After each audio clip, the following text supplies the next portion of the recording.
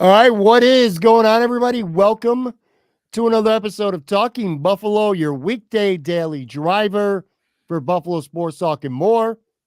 I'm your host, Patrick Moran. Thank you very much, as always, for locking in, whether you're listening to this on the audio side, Apple, Spotify, wherever you get your podcast from, or if you're watching us on the video side, which if you are watching us on the video side, might be watching this actually live. We're recording this late on a Tuesday night.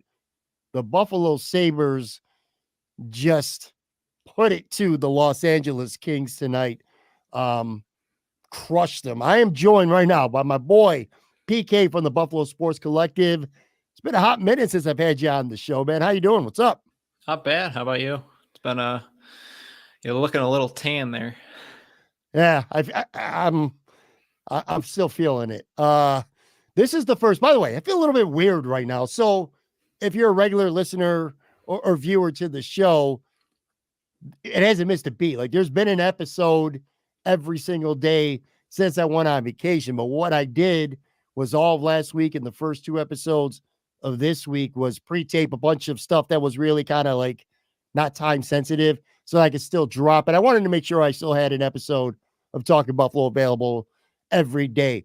This is the first time I've been back at behind the mic with the camera on and stuff like that, where it's current, like in 8 days. And it kind of feels a little bit, like I got some rust to knock off.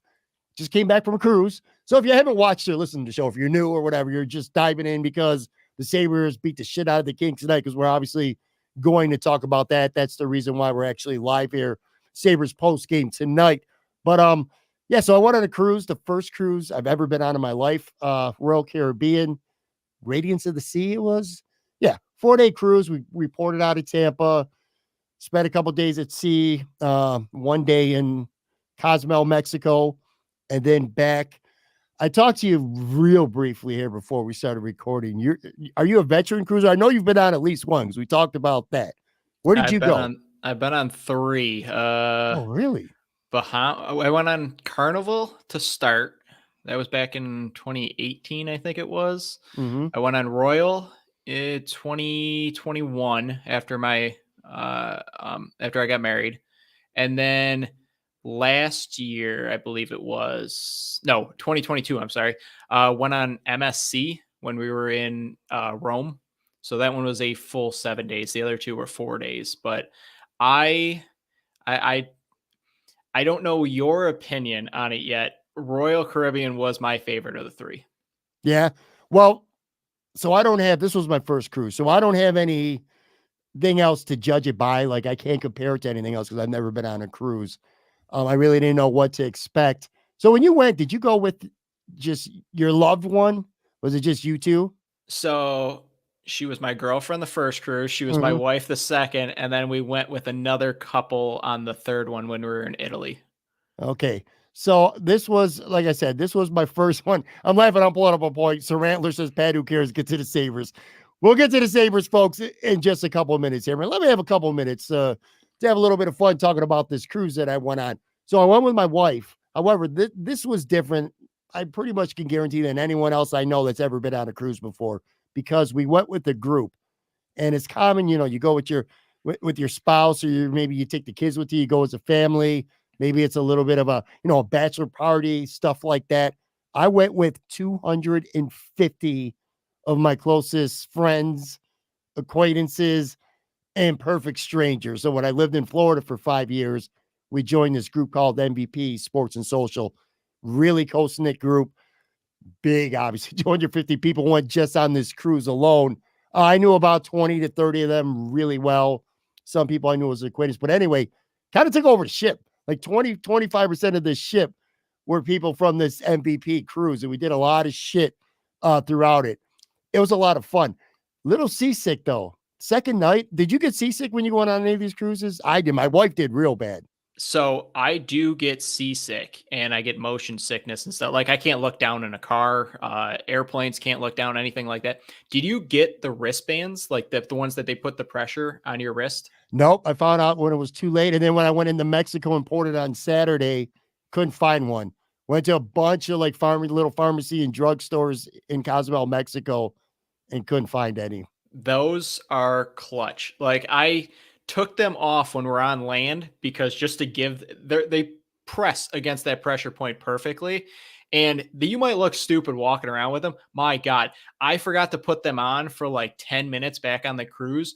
I felt horrible. Like Yeah. for the next 24 hours, horrible. But next cruise you go on, or if you're just motion sickness or anything like that, put those on. I don't know what it does, but just those little wristbands are godsend. I would have been over the railing puking if I didn't have those. Yeah. Well, it was definitely a lesson learned. All in all, it was a lot of fun. Like I said, the people from MVP in Florida that we went on the cruise with, it was fantastic. I'll talk about it more on our Fan Friday show. It's a little more casual and relaxed. People are already bitching at me right now to get to talking about the Sabres. But yeah, I was, by the way, so I was seasick for one night. And now when I came back into the States, I flew right home from Tampa. Sea legs a little bit. You know what I mean? I still feel like a little bit off. Nothing crazy. We'll circle back to maybe talk about that at the end of this show. If I got some time, I also want to talk about the Bills, the Super Bowls, some of your takes on that, the Chiefs. We'll get to that. Let's dive right into these Sabres, though. I got to tell you, I'm almost at a loss right now what to think because I don't want this game on Tuesday night to cloud or change how I feel about this organization right now as a whole. I feel like I've skipped dislike and I went almost into pure hatred with this team over the last couple weeks. One, actually, this is related to the Sabres. On the cruise, they played twice and like an idiot both times. So I had internet on my phone and I have an app where I can kind of watch the games and try watching them. And they scored one goal at home, both games. Just pissed at myself for spending all this money to go on a cruise and then spending any time at all watching this team play. It was really pissing me off. But anyway, Tuesday night here, the Sabres just absolutely destroyed the LA Kings 7-0. It's their largest margin of victory in 5 years.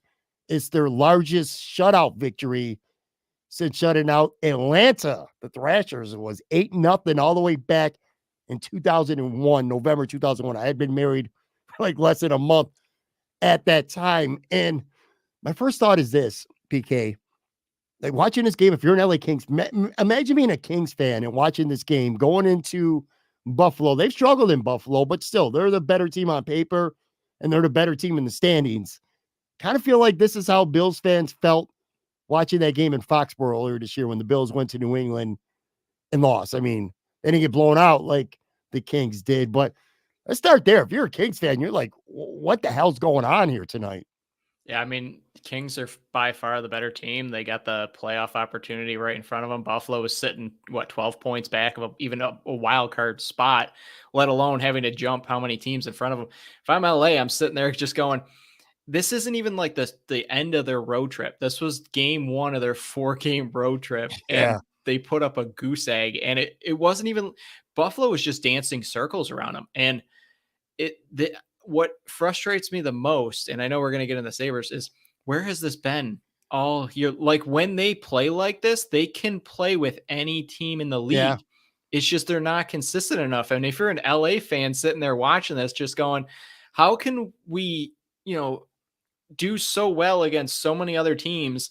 And it's just Buffalo that always puts up that. It's kind of like, minus the last game that Buffalo and the Jets played against each other. But Jets have always played Buffalo very, very close within the last few years. That's what it kind of feels like, except, Buffalo gets the edge over LA, and it makes no sense because they've just been putting stinker after stinker, like 2 combined goals the last 2 games, and they put 7 here. Like if you're sitting in LA watching this team, you're just going, what the hell did I just watch? Yeah. So the last 2 episodes of Talking Buffalo previous to today was a 2-parter, State of the Buffalo Bills. Monday was the sad version. Tuesday was the happy version. And I kind of likened it to being a kid when my parents used to always say, I got some good news, I got some bad news. What do you want to hear first? And my mother kind of taught me to always take the bad news first, because then you can leave on a positive note, at least most of the time anyway. I want to kind of flip-flop that, though, because tonight doesn't change the season for the Sabres by any means. But let's start with the good news. Let's talk about this game. And if there is one thing about this game that was no anomaly, like tonight was an anomaly of how the Sabres had played for this entire season. Maybe not quite 7-0, but what we saw offensively on Tuesday night here from the Sabres is something we saw quite often last year with this team. Not this year, but the one thing that has been consistent this entire season, including this game here on Tuesday night, is UPL. Fantastic again, 33 saves, his fourth shutout of the year. I saw on the broadcast shortly before we went live. I just tied Ryan Miller for the most shutouts since like 2011, 2012. He has been in a season full of on ice and just organizational disappointments. UPL has been by far the biggest bright spot on this team this season. I think you can make a very strong case that if the season ended right now and we were doing a end of the season award show, that UPL would probably be the most valuable player on the Buffalo Sabres this entire season. I'm trying to look up the stats as I went because coming into this game, and obviously this improved now because he had a shutout, but over his last 11 starts coming into this game, a .935 save percentage and a 1.75 goals against average. He's just 24 years old, man. This kid, this might not just be a little short-term thing. Maybe he's ready to be that guy right now, and maybe it's not Devin Levi for the foreseeable future. Talk about UPL tonight and just what you see from him this season that makes you, just like the way he's played so much this year. I've made plenty of stupid comments in the nearly 3 years on our show, and UPL is just another one to add to the list. I was the one that was saying, both on your show and our show, just ship him out the door. Like, if he pans out and is a great goalie somewhere else, great, but it won't be here. And man, am I happy that I'm here and not up in the Sabres front office, because he would have been out. He's been unbelievable. Like, Yeah. What confused me the most early on in the year, and maybe their season is the same as it is right now, but maybe they're 4 points back instead. When he was playing this well, I don't understand why they weren't giving him the net. Like, they were giving him every other game. Imagine what this team would have looked like, and imagine the numbers he would have put up if they would have just relied on him and kept putting him back in the net and just kept rolling with him. I think not only is not only is his improved play there, but I think because he's been able to take that net and make it become his own, he's gotten so much more comfortable in there and just gotten on this rhythm. And I mean, 2 combined goals that the goal scoring for the Sabres that they were able to afford him the last 2 games, 1 in each game. He hasn't gotten the help in front of him, the goal production in front of him. Otherwise, he wouldn't be sitting there 12, 13, and 2. He'd be sitting there, with like 15, 16, 17 wins, like something like that. But his composure in the net this year, where in previous years he would overcommit and get out of position, he's playing further in his net now. He's post to post so much quicker. He's using his big bodied frame better to cut off any of those angles. And he's just so calm in there. And I remember like 1 or 2 plays in this game where the puck's right in front of him. He's not panicking. He's not overcommitting. He's not freaking out. He's just calm, composed in net. He knows exactly where the puck is the whole time. He's seeing the puck at an unbelievable level right now. The biggest disadvantage is he's got no contract for next year. He's an RFA. So what is he going to need, and what are they going to have to pay him to, if these numbers continue the final, 30, 29 games, however many left are in the season? John Slater says frustrating team, UPL, a huge silver lining. Yeah, for sure. It's funny too, going back to training camp in the preseason, he looked like shit. And I remember because there were a lot of people, including myself, that did not want this team to carry 3 goalies. And the obvious, me, both of us. And it felt that Devin Levi he was the number 1 going into the season, and that Comrie was the more trustworthy backup. I even remember a time where, I don't know if I said it directly, but I know other people did, and I certainly didn't hate the take at the time, that take a chance, put UPL on waivers, see what happens. It'd be better than having 3 goalies on your roster. So when it comes to that, I got a lot of beef with Kevin Adams and Granato this season, but when it comes to that, I guess being patient and sticking with the 3 goalies in this case anyway, certainly worked itself out because UPL has really risen. Comrie is who he is. And conversely, Devin Levi, not good yet. I haven't lost any faith in Devin Levi. He's very young. I think last year's very small sample might have been a little bit misleading and gave the Sabres and Kevin Adams maybe a little bit of premature false hope. But my point being is that by keeping the three goalies as long as they did, Devin Levi kind of played himself to where he is right now. And that's being in Rochester and getting the starts there where UPL has risen to be this team's undisputed, for the time being at least, number one goaltender. But yeah, it's surprising in a season full of disappointments. This has definitely been a pleasant surprise to see him play this well. Not a lot of 33 shots. Some of them were really tough ones, but there were a handful of really good chances that the Kings had. And to your point, I really like your take there. Just looks calm and patient in that. You can see it. Yeah, my only concern with him is the history tells a different story than what we're seeing these last few months. I'm not concerned about it, but it is something to take note of is this just the outlier season that he's going to have and the rest of his career is going to look like what it did before, or has he truly figured it out? I know goalies take a while. Ryan Miller was down in the AHL for what, 4 years until he finally broke through and was the goalie he is. Not comparing the two, but is this the true UPL that we're going to see? His play looks like it just because of how calm and in position he is and all the improvements that I've seen this year as opposed to the previous few years. I'm leaning more towards that he's finally figured it out and can be that go-to 50 to 55 game a year player. But I've also been fooled before, and I don't know if I want to fall in that trap again. But what I've seen the last 2.5 months, he's clear and obvious. He's one of the very few players on this team that took a step forward this year rather than another regression. It's this is by far the longest sustained stretch of quality play that UPL's had during his Sabres career. But yeah, to your point, Kevin Adams, let's not go giving another guy a 7 or 8 year deal based because he's having one good season. That hasn't worked out so well, at least this season anyway, with this team. You said he was one of the few guys on this team that has stepped their game up this year.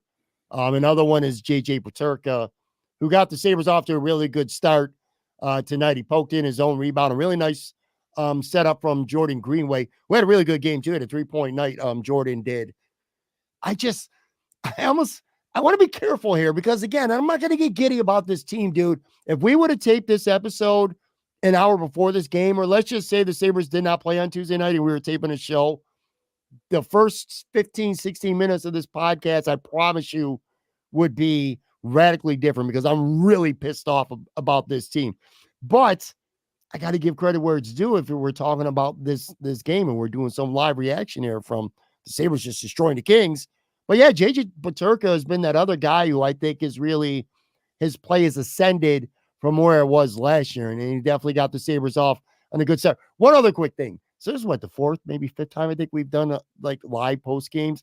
Usually I have a couple notes and there's like, 2-3 goals, seven things here that we got to go over. Let's start with JJ though. His season, and like I said, getting the Sabres off to a good start in this game here on Tuesday night.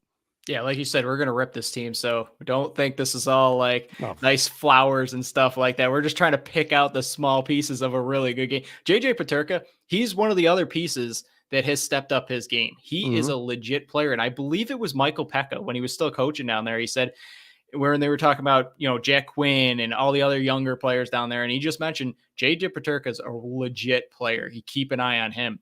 He is unbelievable. And that line tonight between him, Middlestad, and Greenway was just buzzing. And I think the play that they had in the first period right off the get-go is what boosted them to have those 7 goals. If they didn't have that shift that they did in the first period to generate that first goal, this might have gone the other way, because how many times has the Buffalo Sabres gone down in a game and then the opposing team just collapses and Buffalo can't even get in the zone and can't generate any opportunities. And then all the shots are on the outside. This team feels like the team that needs to score first and early to get going. Yeah. And it's the extra hustle. They pass from Greenway right up the middle to JJ Peterka. And then the mindset to realize, oh, the goalie doesn't have it. I just can poke this in. He's having a great, great year. And he's stepping up in the place of what I thought Jack Quinn was going to be, which his injury just sucks because that team was buzzing in January when he comes back. And it's weird that one player can just make the team play so much better. But he's definitely stepped up in the absence of Jack Quinn. And given that little bit of hope that's out there of another player that has a promising future, and he could get up to 25, 30 goals. He's got 19 on the year, I believe. Leading the team in scoring right now. Sure. Yeah. So, I mean, you mentioned this. It almost felt weird for the Sabres to get out to a quick start because, especially at home this year, they've stunk.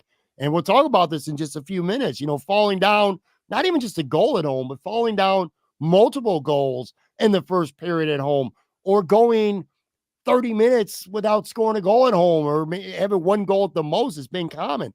So Peterka scores, and it's 1-0. I'm like, all right, a nice little not lucky play there, but a nice little play. And, I know from what I've seen from this team, that might be the load up for the offense for the night. But no, Jordan Greenway, who set up the first goal, he gets a turnover from Drew Doughty, a great shot. He puts him up 2-0, still the first period.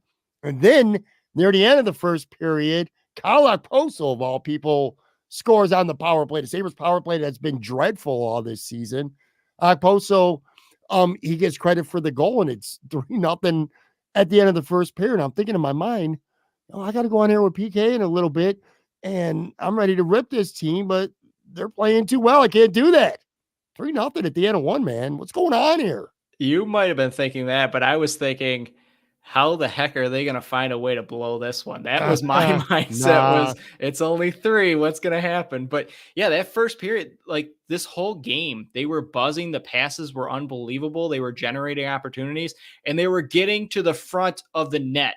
I don't know how many shot heat trackers or whatever you want to call it on the map of when I'm seeing shots, and the whole outside is all lit up with shots. And then right in front of the net is just blank.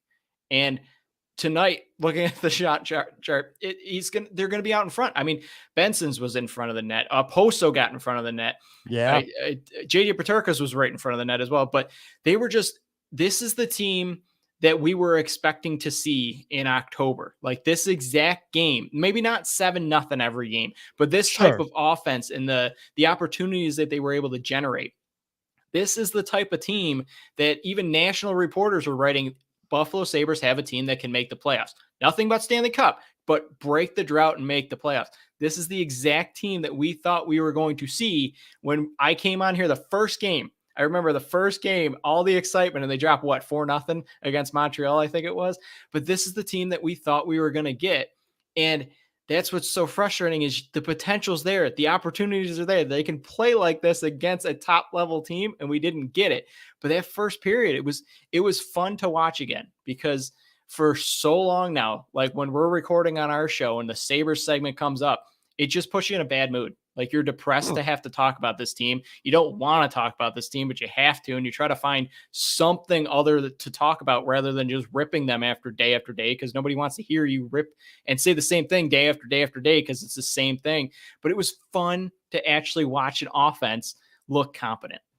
Prior to this game, I got so tired of ripping on the Sabres that I've started to turn my attention towards the media and the folks who cover the Sabres, because I'm like, you're not being hard enough on this team. I feel like at times, not everyone, there's some really strong journalists out there who cover the team, but there's at least a couple, whether it's mainstream media, whether it's bloggers, whether it's podcasters, that still kind of treat this team with kitty gloves. We'll get to that in a few minutes. John Slater says, Lindy Ruff would have this team in the playoffs. I think John Slater has been hitting a couple too many beers here on a Tuesday night. And then Kevin said, Olofsson was invisible tonight, which does not help his trade value. True, but this is the good news portion of the podcast, so we ain't going to be talking about Victor Olofsson. So yeah, man, it's 3-0, then it's 4-0. Rasmus Dahlin takes a pass from Ryan Johnson, scores his 60th of his career. And then you mentioned Zach Benson in front of the net all alone. A perfect pass from Bryson, who played well tonight, Bryson, by the way. This was Benson's first goal in 20 games since December 15th. I kind of want to put a first round pick on blast for going 20 games without scoring a goal, but let's be fair. You know, him being on this team right now was an unexpected development at the beginning. I'm not, just like with Devin Levi, Zach Benson struggling to score goals this year. It's one of the few issues with the Sabres that I'm not really overly concerned about. But anyway, he scores. Tuck scores on a turnover. 3 goals on turnovers tonight, by the way. And then Greenway, did I say? Yeah, D hammered on rebound off a Tuck shot. 2 goals, 3 points for Jordan Greenway. Before we get to break here, I don't know. I want to feel good. Am I allowed to feel good for the show?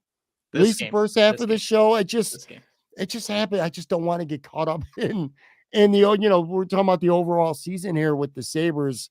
It was nice to hear the fans, by the way.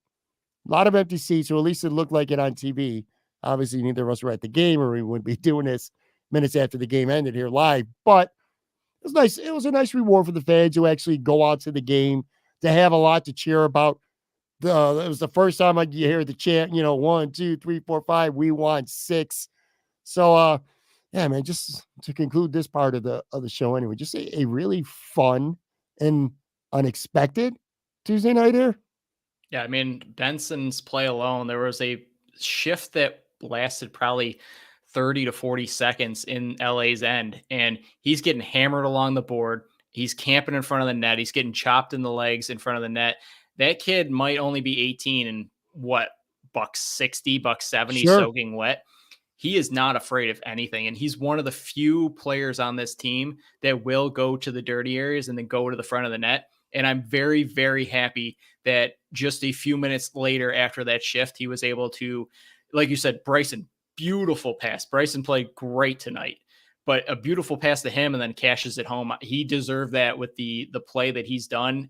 And I was actually shocked to hear it was 20 games without him scoring, just because this season, he feels like he's doing more without the numbers being put on the box score, because he's having a solid season regardless of the numbers. And he's one of the very few that I can actually say that I enjoy watching on this team. Yeah. I think every time we've done a stream this season with the Sabres, Jordan Greenway's had a good game. I feel like we talk about him in a positive light every time you and I get together. I think it was the first star of this game too. I don't even think UPL got the first star, even though he had the shutout. I think it was Jordan Greenway who had the first star. I'm not sure who had the third, but anyway, yeah, a fun, unexpected, and in a way annoying Sabres victory, only because you are reminded of everything that this team is capable of being. And after we take a real quick break, literally seconds here on the video side, we're going to come back and kind of talk about this season as a whole and just how madly disappointing it's been. So I'll be right back in just a few seconds.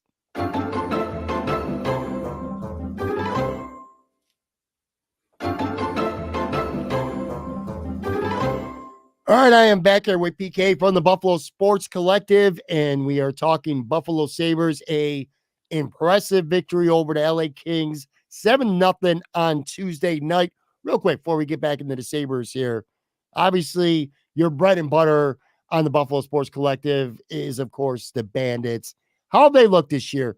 I keep criticizing other people who don't cover them enough. You guys are one of the few who actually give them the coverage that they richly deserve. How have they looked this year? I just haven't been able to keep up with them. Their offense is looking really, really good, but they're missing 2 main holdovers on the defensive end from their championship last year. One of them's done for the year. That was expected. He's not coming back. He didn't even start the year. The other one is hopefully back late March, but you can definitely tell on the back end that there's players there that are not used to the system. And while the goal scoring is one of the best, I think they're tied for second in the league in goal scoring. They're one of the worst in goals against. And obviously for the average fan, they just go, well, this is Matt Vince's problem. He's letting too many goals in. But if you actually watch the game and break it down, there's small breakdowns in front of him on the defensive end that are costing them. They're still sitting at 5-3. I still have them in the tier 1, and the opportunity that they have to repeat as champions is still there. There's just bits and pieces of their game that they have to improve. And they just went on their final bye week last week. So now they got 10 straight weeks of action until the playoffs start off. Still 10 more games left? Yep. Wow, it's a longer season than I can remember. I got to get back into lacrosse, but well, they're 5-3 at least, so it's good that they're an interesting team. They're fun to watch. Are they like last year's Sabres, but they're actually good instead of bad? Oh, Like far. last year's Sabres weren't good enough to make the playoffs, but they scored a lot and got scored on a lot. So what you're saying is that's what the Bandits look like this season. Yeah, they went through a stretch right in the beginning of the season where 3 straight games they allowed under 10 goals. And ever since then, it's been like constant 12, 11, or 12, 11, or sorry, 12, 13, 14. Sorry, it's like 12, 13, 14 goals against. And if they fix that part of their game, lights are out. Like they're going to go on another run. But honestly, for this team, it's similar to like Kansas City, similar to the Bills, it's similar to 49ers.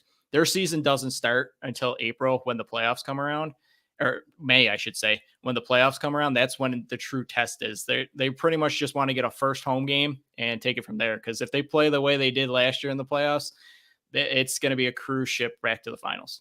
After not being in my studio here for like 8.5 days to record live, I'm definitely trying to work off a little bit of the rust here. Real quick, Alexander Felix comments. He's watching the show live tonight. Says, glad they won. I live in LA, and I love it when we crush the Kings, Rams, Chargers, Niners, Raiders.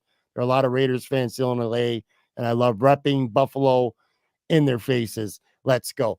Kind of brings me back real quick here to the cruise. So I watched the Super Bowl on the cruise because I was there for Super Bowl Sunday, and there were a lot of. It was just weird watching it with fans, and I had Bill shit on, and there were a lot of people who came up to me and just in that, like almost like when you go to a funeral, you lost a loved one, and people are telling you that sorry for your loss. Like you could tell there were a lot of people who are not Bills fans, but they were pulling for the Bills.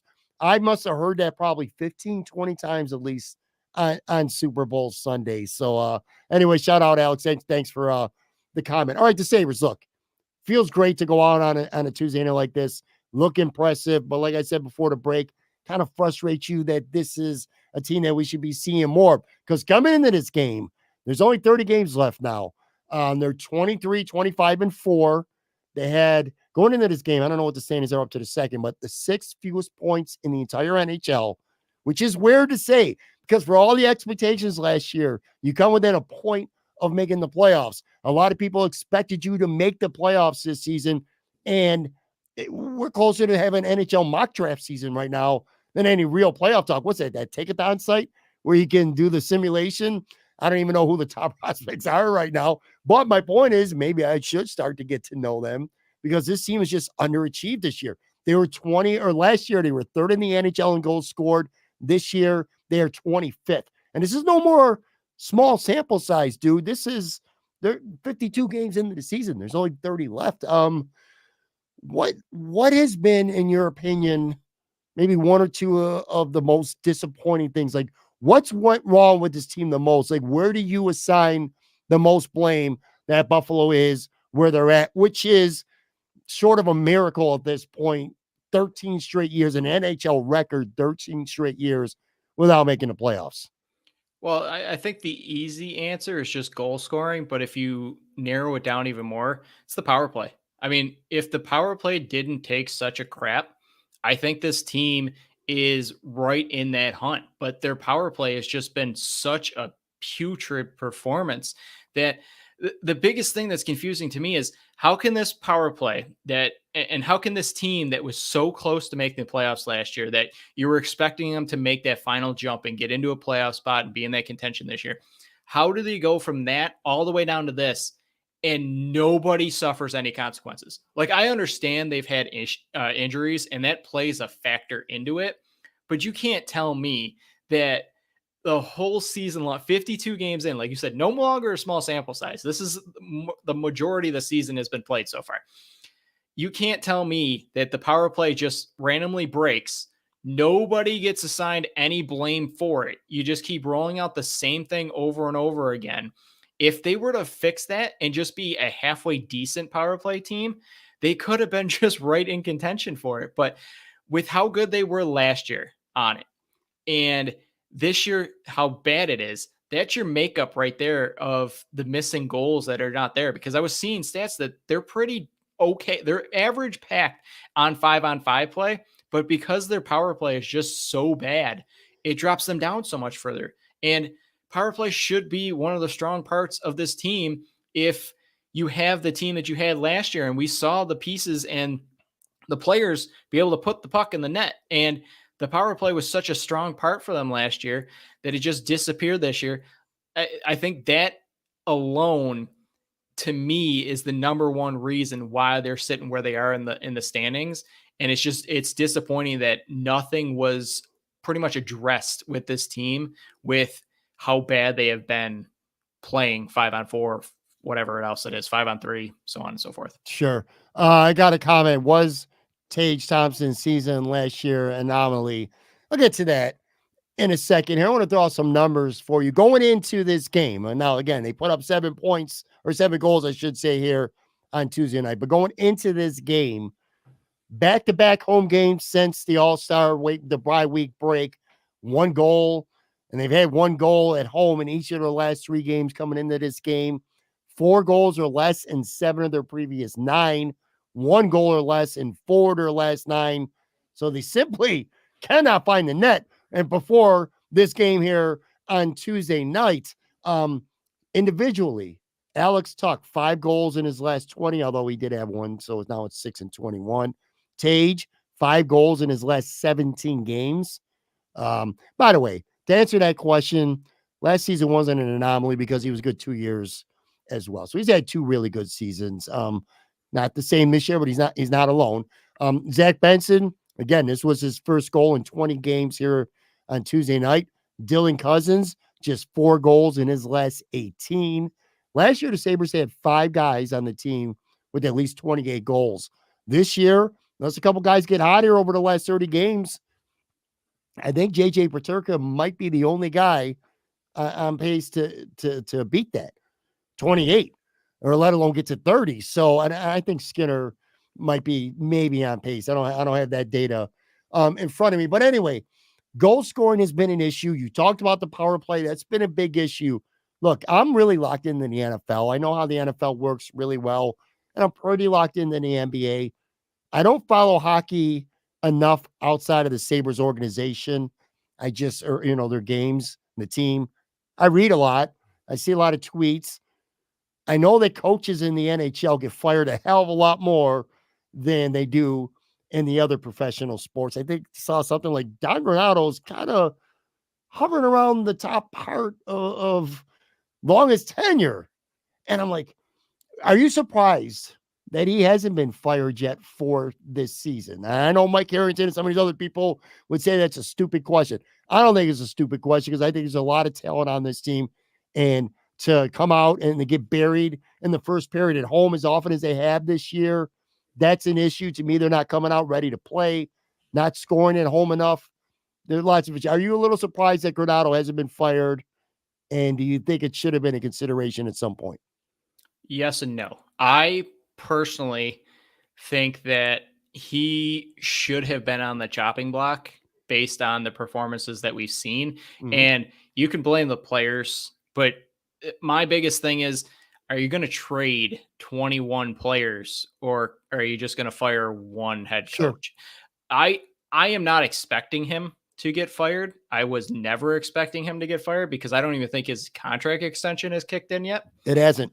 Yeah. I don't think there's been rumors all about, are the Sabres losing money? Will Terry Pagula fire another head coach and want to pay another one to sit on the couch and then bring in another guy, all that kind of stuff.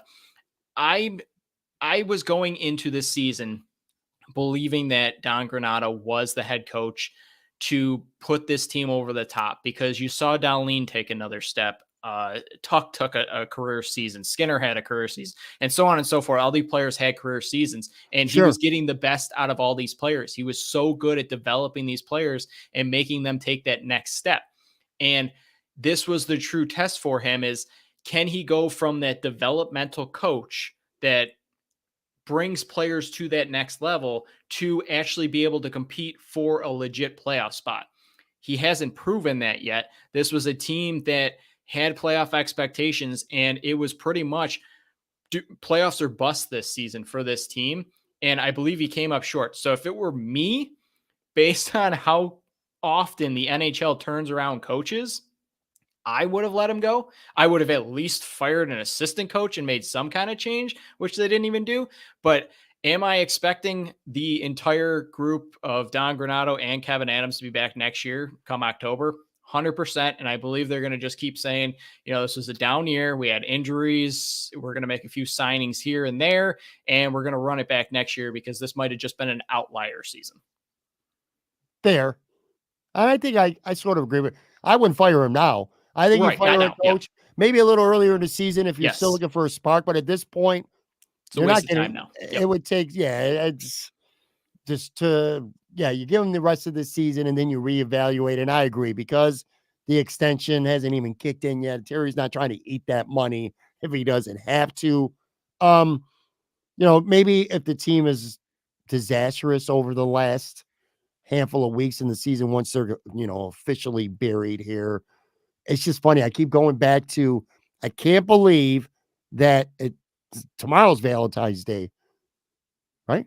Yeah. When people hear this on the audio side, it's Valentine's Day. It's Valentine's Day, in my mind, is more on takeathon.com than it is looking at the wild card standings right now and seeing, what the chances are of the Sabres getting into the playoffs. It just blows my mind. I think Granato deserves a lot of criticism for mainly just when you come out as many times as they have this season and fall into multiple goals, deficits at home, tells me that your team's not coming out ready to play. Simple as that. You did mention one thing, though, that we do need to hit on, and because I think it is the one fair excuse for this team is injuries. Because it is, you look at their injury list. I wrote down a couple notes here. These are the amount of games that some of these players have missed this season. Again, we still got 30 games left, so they've only played 52. Tuck has missed 7. Tage has missed 10 games. Quinn's at 34 and counting. Cousins has missed 3. Skinner's missed 8. Benson, 7 or 8. Greenway's missed 12. And we saw on Tuesday night here, he could be a key part of this team. Gergensen's 18. Now Owen Power's hurt. He got hurt at practice. He's going to miss probably a couple weeks. I mean, those are not just players. To compare it to the Bills, this would be like, it's not like special teamers and backups, man. This would be like Diggs and Oliver and, Rasul Douglas, some of these guys getting hurt. These are a lot of star players on the Sabres. So if you're going to cut them some slack, and I'm really hesitant to really do that at all, but you can say that injury luck has been a big factor for the Sabres this year. Yeah, 100%. I mean, they've lost a ton of games from their top talent guys that you needed to repeat what you saw last year or improve off of it. And like I said, that is a part of the reason that they're where they're at, but it's not in the top 3 of why they're sitting where they're at. And a lot of other teams are going through injuries as well, and they're able to overcome it. And I think, to me, that shows another issue with this organization of, you brought back a Gergensen, you brought back an Oposo, and yes, he's having a decent year. I think he's on pace for like 18 goals or something like that. Right. You brought back Olofsson. He's still somehow on the team. You brought back the exact same team, and you didn't look to improve the third and fourth lines and depth, which you need to step up when you have these type of injuries. So that might not fall on Don Granato. That would fall on Kevin Adams for just saying, hey, let's run it back. We were a point back. Let's improve the defense a bit. We'll try to get more steady goaltending out of Levi and UPL and go from there. And you didn't have Kulik step up, which I think they were hoping for. You didn't have Savoy crack the lineup because he got hurt. You didn't have a few of the other guys who I'm blanking on their names down in Rochester really develop and take that next step forward and kind of push the Oposos and the Gergensens and all those players for those type of minutes up here. So I think it's just more of a collective build of this lineup that you weren't able to withstand those injuries. And yes, the injuries went to your top performers. I think Middlestad and Dahlin, maybe the only ones that didn't really miss true games along with Paterka. But it's just, if they would have addressed and not brought back both of the veterans on this team and maybe added a better goal scoring third liner or something like that, we could be looking at a team that were able to withstand the Tuck injury and able to withstand the Tage Thompson injury and the Skinner injury. To me, that was more of the glaring issue, is you're just trying to run it back with the same players you did last year, and there was no backup if those players ahead of you either didn't have the same type of season last year or did get injured. You look at the makeup of the roster and the personnel and what's in Rochester and stuff like that, the prospect pool. I don't see a lot of changes, even during this offseason. I don't think they're going to be particularly aggressive. I know Middlestad's going to be a big decision on what they decide to do with him, whether they try to trade him for value or they try to sign him long term. Said UPL will be restricted. Obviously, guys, like Johnson and Clifton, they'll probably won't be back after this season. I think Clifton's a multi-year deal. Yeah, I I think don't he's know. got 3 more years. Oh, Jesus, really? I think he You know signed what? a 4-year deal. You know what, man? I've had my fill of being able to talk about the Buffalo Sabres here for one. I come back after 8 days to do a show. I'm doing it live with my man PK from Buffalo Sports Collective, and I'm stuck talking about the Buffalo Sabres. And I can't completely rant on them because I feel like I'm being a hater. Like, if I rant too hard on the Sabres right now, I'm a freaking hater. They just won 7-0. What the hell more can you possibly want out of a team? Now, if we were to do this show Thursday night, I'd be willing to bet we're probably covering a 4-1 loss. Let's talk about it, PK. Or they lose one, they win one, and blah, blah, blah with this team. Sick of it. Before I let you go, though, Super Bowl thoughts here. Kansas City Chiefs probably not going to have a worse roster anytime soon with Pat Mahomes. Underwhelming for a lot of the season, but finding a way to win on the strength of their defense, and they win the Super Bowl, man. What were your thoughts watching the game? Were you rooting for against the Chiefs? Did you really care about the game itself in terms of rooting interest? And just what do you think about the game and the Chiefs winning the Super Bowl for third time in 5 years?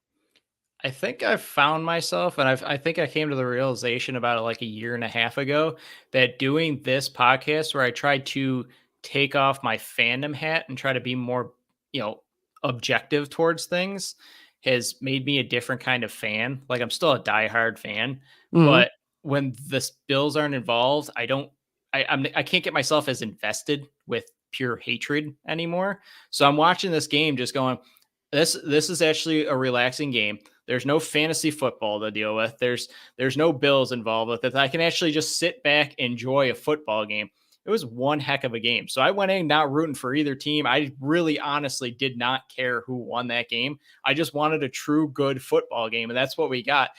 And it goes to tell you that Patrick Mahomes might go down as the best quarterback we have ever seen play that game. I mean, he's on pace to do it. I'm not crowning him the GOAT or anything like that yet. I still think that's Tom Brady with all the championships and everything like that. But 28 years old to do what he does, the defense with Kansas City was unbelievable. Spagnuolo does not get any head coaching opportunities, which blows my freaking mind that he does this year after year and no opportunities pop up for him. But they don't go away. Kansas City just every single year finds a way they beat Miami, they beat the Bills, they beat the Ravens, and then they go in and beat the 49ers. It's unbelievable. And who was their wide receivers? Like Justin Watson. He made him look like a legit wide receiver. I know he's got Travis Kelce and he's on the back half of his career, like the last 10th of his career, whatever you want to call it. But even their best wide receiver, Rashee Rice, he wasn't really that involved. Like 2 catches or something like that? It's Yeah. just what Patrick Mahomes was able to do with the makeshift team he has just makes me even more terrified for them next year with all the salary cap room they have, because they're going to draft a wide receiver and probably go out and are they going to go out and get a T. Higgins? Do they have the money to do that? Because if you add T. Higgins to that team with Patrick Mahomes, just shut it down. Just shut it down. this was a microcosm, the Super Bowl, of what the Chiefs were for the regular season, pretty Yep. much. The offense really couldn't get it going much till they had to, but the defense bailed them out. I'm with you, sort of. I didn't care. I had no horse in the race. I didn't care who won. I was not rooting for or against the Chiefs going into the game.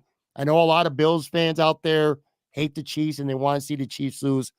I'd have never shared that sentiment because they could have lost the Super Bowl 40-0, and it would not have made me feel, it wouldn't change the fact that the Bills lost to the Right. Chiefs. You know what I'm saying? And again, I told you I was on a cruise for Super Bowl Sunday. People are just coming up to me, strangers, because I got Bills shit on and telling me, I'm sorry, felt bad. You guys should have had it this year, your year, this and that. Did not care about it going into the game, no, in terms of rooting interest.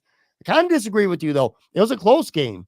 It was exciting, but it wasn't really a pretty game. Like, there weren't no like memorable, oh my God, what a great play. I can't believe this. You know what I mean? It wasn't a lot of gasping type of moments in the game. It stayed close, which, the first half, the San Francisco 49ers defensive line was just killing Mahomes in that offense. I felt like the 49ers should have gotten out much more than they did. And they let the Chiefs hang around for too long. And then Mahomes started putting shit together when it mattered, because of course that's what he did. But I will say this. So I didn't care going into the game about who won. But I will say I did get a little depressed after the game because I started thinking in my mind, just like I said a few minutes ago, this Chiefs team, I don't even think they were that good. And they still won the Super Bowl. That gets under my skin right now as I'm talking to you about it. That gets under my skin.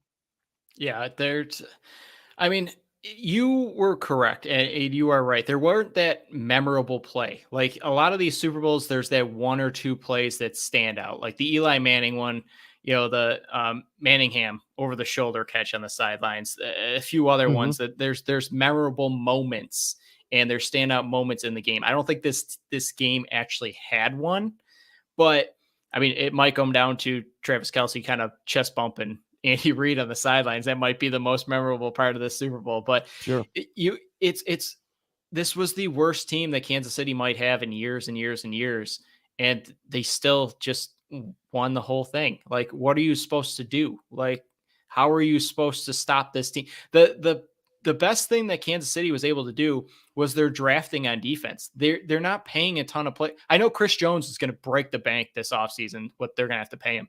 But the young guys like McDuffie's one of the best outside him, Sneed, the other lineman, Carvelis, or I can't remember how to pronounce his name. They drafted Nick so Bolton, well. Yeah, Bolton they at drafted linebacker. so well on the defensive end or the defensive side of the ball. And that's why they have so much money going into the offseason this year, is because they didn't have to spend and go get a Von Miller. They didn't have to overspend, and they haven't had to pay the Matt Milanos yet, the Ed Olivers yet. The big money's on the defensive end side of the ball. So they're just able to retool on offense, go get the more weapons for Patrick Mahomes, and try to run it back for a record-setting third straight season. I want one last thing before I let you go. I'm going to be covering this more extensively on tomorrow's show. I got Anthony Marino from Buffalo Rumblings, and we're going to kind of deep dive into this. But I got a theory for you. I want to run it by you. I want to get your thought on this. A lot of people are wondering, like, why can't the Bills get over the hump right now and beat the Kansas City Chiefs? Some people say it's got a lot to do with coaching and Andy Reid just being a way better coach in the playoffs than Sean McDermott. Some people say, and I think this is kind of foolish, but Patrick Mahomes is just straight up better than Josh Allen. Don't really agree with that theory because Josh has played well enough for the Bills to win the last two times they played in the playoffs. But anyway, you're getting a lot of this. But for me, I think the single biggest thing why the Bills right now can't get over the hump and beat the Chiefs in the playoffs is because the difference is the star players from the Kansas City Chiefs. And let's take Mahomes and Allen. Let's just call them a wash and let's take them out of the picture. The other star players from each team, Chris Jones and Travis Kelce for the Chiefs, Stephon Diggs and Ed Oliver for the Bills. You know, league-wide, you might not say Ed Oliver's a star.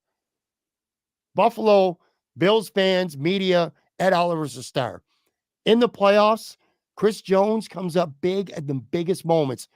That he pressure on Deion Dawkins to get to Josh, didn't allow him to step up into the pocket, and he short arms to throw to Shakir. Would have been a touchdown, could have been a touchdown. Who knows how that would have played out.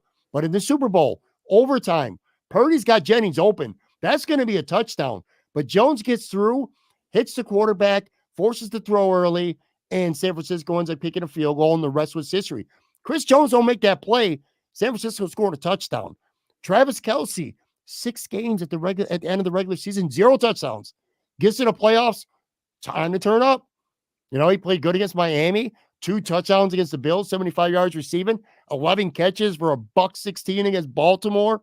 And then in the Super Bowl, it's 3rd and 7, game defining play in the fourth quarter, and he gets a 22-yard pass and gets down inside the 10 and a chip shot field goal to send it to overtime. If he doesn't come up with that play, that's a 51-yard field goal at the end of the game. Who knows if he makes that? You know what I'm saying? Those guys play like stars. On the Bills, Stephon Diggs, Ed Oliver, great regular season players, face plant. And they've done it more than once now in the playoffs. So to me, it's the star players from the Chiefs outplaying the star players from the Bills when it matters most.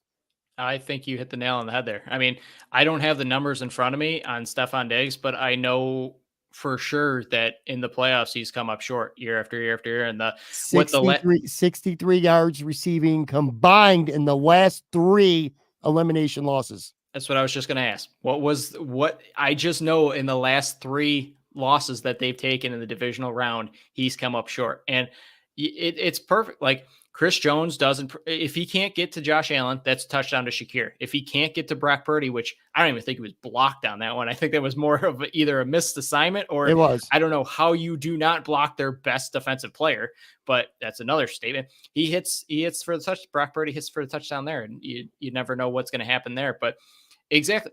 The star players stepped up when they needed to, and they're able to do that in the playoffs. And the Bills, excluding Josh Allen, like you already mentioned, sure, exclude Josh Allen and Patrick Mahomes. Who else has really stepped up for the Buffalo Bills when it comes playoff time? Like, I don't. You had Davis that one game versus Kansas City, which they ended up going to lose 13 seconds. But who else was really memorable that stepped up? Like, I can't think of anybody else. Shakir, I mean, he had a great game, but I mean, nobody else, none of your He's not a star. He's not a star. None of your star players, the people that you're paying to be the star players, have stepped up and performed in those big time moments. They've come up small or just completely disappeared. I think to some extent, fans, content creators, I got to say content creators, because that could be, again, bloggers, podcasters, mainstream media. So whether it's them or maybe an organization itself, I think we judge the Bills too much on what they do in the regular season and not enough for what they do in the playoffs. And I think that's being a little short-sighted and letting them off the hook. You know, I feel like this is a Super Bowl or bust quality team. At a bare minimum, AFC Championship game or bust.